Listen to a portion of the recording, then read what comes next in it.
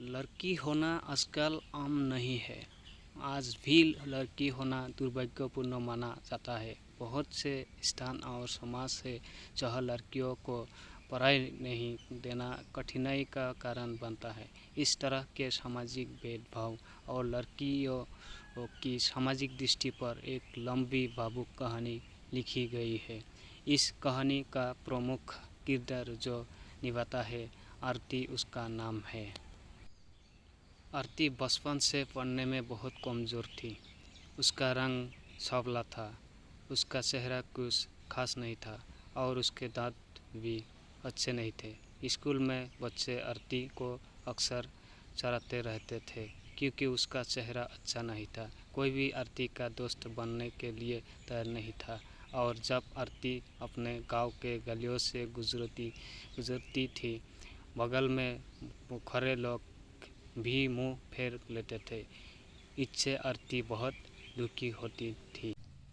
वो बहुत छोटी थी, इसलिए समझ नहीं पा रही थी क्या वास्तव में बात है। क्या लोग हमारे चेहरे को देखकर अपना मुंह छिपा लेते हैं। जब हम आरती स्कूल से घर वापस आई, उसने माँ से कहा कि जब हम स्कूल से घर आते हैं तो लोग हमें ऐसे देखते हैं और स्कूल में भी कोई बात नहीं होती, हमारा कोई दोस्त भी नहीं बनता, इसलिए कोई हमसे बात नहीं करता। आरती की माँ को इतना घृणा सुनकर आंखों में आंसू आ गए।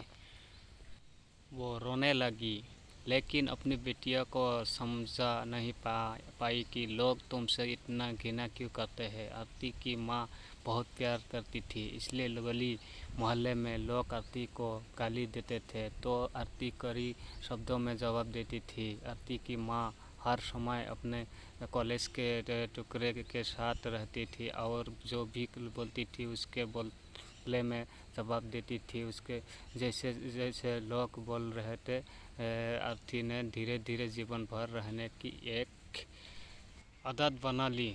बस अपने काम से मतलब रखती थी, पढ़ाई करती थी और वापस घर लेती थी, कुछ और सुनने को तैयार नहीं थी। आरती बड़े होने लगी और शादी करने के लायक हो गए। उसके पिता लड़का खोजने के लिए हर गांव में जाने लगे, लेकिन आरती को कोई भी लड़का नहीं मिलता था और वो बिना पसंद किए लौट जाता था। ऐसा बहुत बार हुआ। अब आरती को शादी करना बहुत मुश्किल होने लगा। आरती के पापा भी लड़का खोजने से थक चुके थे। आरती के पिता हर गांव में लड़का खोजने गए थे। आरती के पिता अब भी क्रोधित है। आरती को गुस्से में बोलना शुरू कर दिया, लेकिन माँ आरती के बारे में बुरा कहने वाले को सबको सिखाती थी। आरती के साथ भगवान ने भी क्रूरता से मजाक किया था। शरीर की बनावट ऐसी थी कि कोई भी लड़का इसे देखना चाहता था। आरती भी चिंतित थी कि पापा हमारे लिए इतना दूर जाते हैं लड़का देखने के लिए, लेकिन हमें कोई लड़का पसंद नहीं है। आरती खाना बनाने में बहुत व्यस्त रहती थी। आरती का खाना बनाना बहुत अच्छा था। आरती बहुत सी खाना बनाने की रेसिपी जानती थी। इसके लिए उन्होंने पुस्तकें पढ़ी थी और टीवी पर वीडियो देखे थे। आरती का खाना बहुत स्वादिष्ट और टेस्टी था।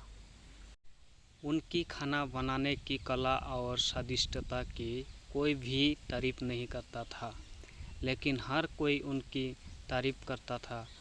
आरती खाना बनाते समय जितनी भी आजू बाजू औरतें थी, सबसे अधिक फेमस हो गए। जिस महिला को लगता था कि आज खाना बनाना है और कुछ नए विचार इसमें शामिल करना है, वो आरती के पास आरती का खाना बनाना बहुत अच्छा था। आरती बहुत सी खाना बनाने की रेसिपी जानती थी। इसके लिए उन्होंने पुस्तकें पढ़ी थी और टीवी पर वीडियो देखे थे। आरती का खाना बहुत स्वादिष्ट और टेस्टी था। उनकी खाना बनाने की कला और स्वादिष्टता की कोई भी तारीफ नहीं करता था, लेकिन हर कोई उनकी तारीफ करता था। आरती खाना बनाते समय जितनी भी आजू बाजू औरतें थी, सबसे अधिक फेमस हो गए।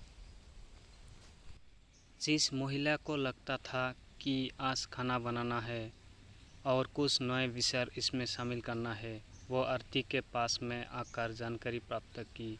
बहुत सी महिलाएं भी आरती का खाना सीखना चाहती थी, लेकिन यह उनमें से कुछ के लिए पर्याप्त नहीं था।